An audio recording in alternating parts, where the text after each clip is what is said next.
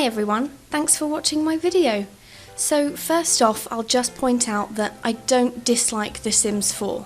If I did, it would be very weird for me to spend the amount of hours that I do playing it. But despite the fact that I like The Sims, there are some things that are pretty annoying. So in this video, I'll be going through all the things that piss me off about The Sims 4. So the first thing I would change about The Sims 4 is the amount of traits that you get. When you compare The Sims 3 to The Sims 4, I mean, what happened to the traits? There used to be so many that you could choose from. You could fully customise your Sims to the point where you would actually have to stop and think about your Sim's personality. Now you can get mods for the PC version that have more traits added to the game, so there is that. But really, we shouldn't have needed a mod for that. I just miss the smaller traits like natural cook, irresistible, and good kisser. It's just a bit disappointing that there are fewer traits to choose from in The Sims 4. So that's the first thing I would change. In fact, while I'm on this, I'll mention that it would be good to have more traits for the Sims themselves. Cutting it down from 5 to only 3 was a bit brutal for my liking. And as I'm in Creator Sim, I'll mention as well another issue I have.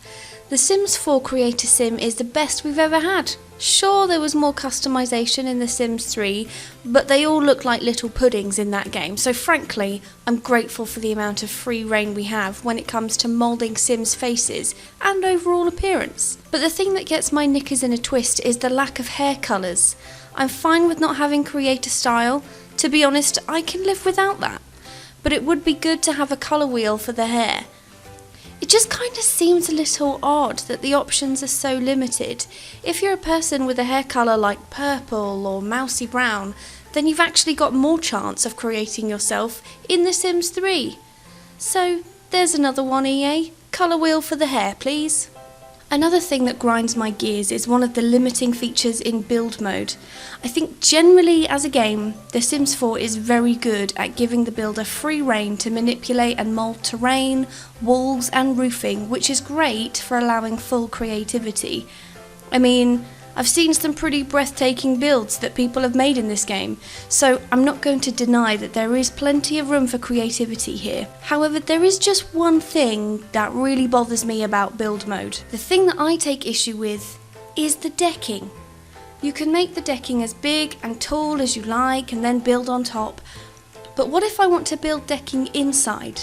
Oh, that's right, I can't. It's quite common in homes that some parts of the house are a few steps up from others, and there actually have been times where I've really wanted to use decking indoors and I haven't been able to. You can't use them within your Sims home, you can't use them to make a stage if you build a community lot. I noticed this the first time when I went to this beautiful Thai restaurant in real life. It was really pretty on the inside, it had a little bridge in the middle of the restaurant with like a little pond underneath, and I tried to recreate something similar but I couldn't. It would just be nice to have more levels in build mode. Even if we couldn't have decking, I'd be happy to use half walls, build a floor and put some stairs there, but that doesn't work either. Next up, we've got memories, or the lack thereof. Now this may be just me, but I'm really bothered by the lack of memories. I know you can customise them and tag an emotion, but it just isn't the same as what we had in The Sims 2. I honestly think the memory system was one of the best things about The Sims 2. I know it was just a grid with icons on it, but it felt like it added so much more depth to the characters. I wasn't the greatest fan of The Sims 3 memories, mainly because it didn't include the same amount as The Sims 2 had, but nonetheless, it was nice to have something going on in the background that was somewhat logging the memories. With The Sims 4, it's just a bit too manual for me. I don't always remember to create every single memory myself, so the memory system from The Sims 2 is sorely missed, and I'd like to have it back, please. Another thing I've got some beef with is The Sims behaviour. Despite the fact that you can assign Sims different traits, they all seem to have one thing in common. Their short attention spans. You want your Sim to sit nicely and watch a movie? Lol, good luck. You want your Sim to make some food and not walk away midway through, causing a fire hazard? Fat chance. And if you want your Sims to do anything productive, then I can tell you for free that you're going to regret putting a computer in there. This wouldn't be a major issue for me if my Sims had short attention spans with things that they have autonomously done by themselves, but it's pretty annoying when I try to get them to do something and they either get distracted before finishing the task, or they just cancel out the request altogether. Next up, loading screens. Now, in fairness, if it wasn't for The Sims 3, I probably wouldn't take any issue with the loading screens, but seeing as we know it's possible to have an open world, it leaves a slightly bitter taste in the mouth to wait through a loading screen just to go to the apartment next door. Perhaps an open world wouldn't be a great idea in The Sims 4, because The Sims 3, it was quite laggy at times and it clearly caused quite a few issues, so I don't think The Sims 4 would be better if it had an open world. However, it would be nice if it met us somewhere in the middle. It already almost does that with the ability to walk outside the house lot and wander around the neighbourhood, but it would just be ideal if you didn't need a loading screen to go into the home of a neighbour.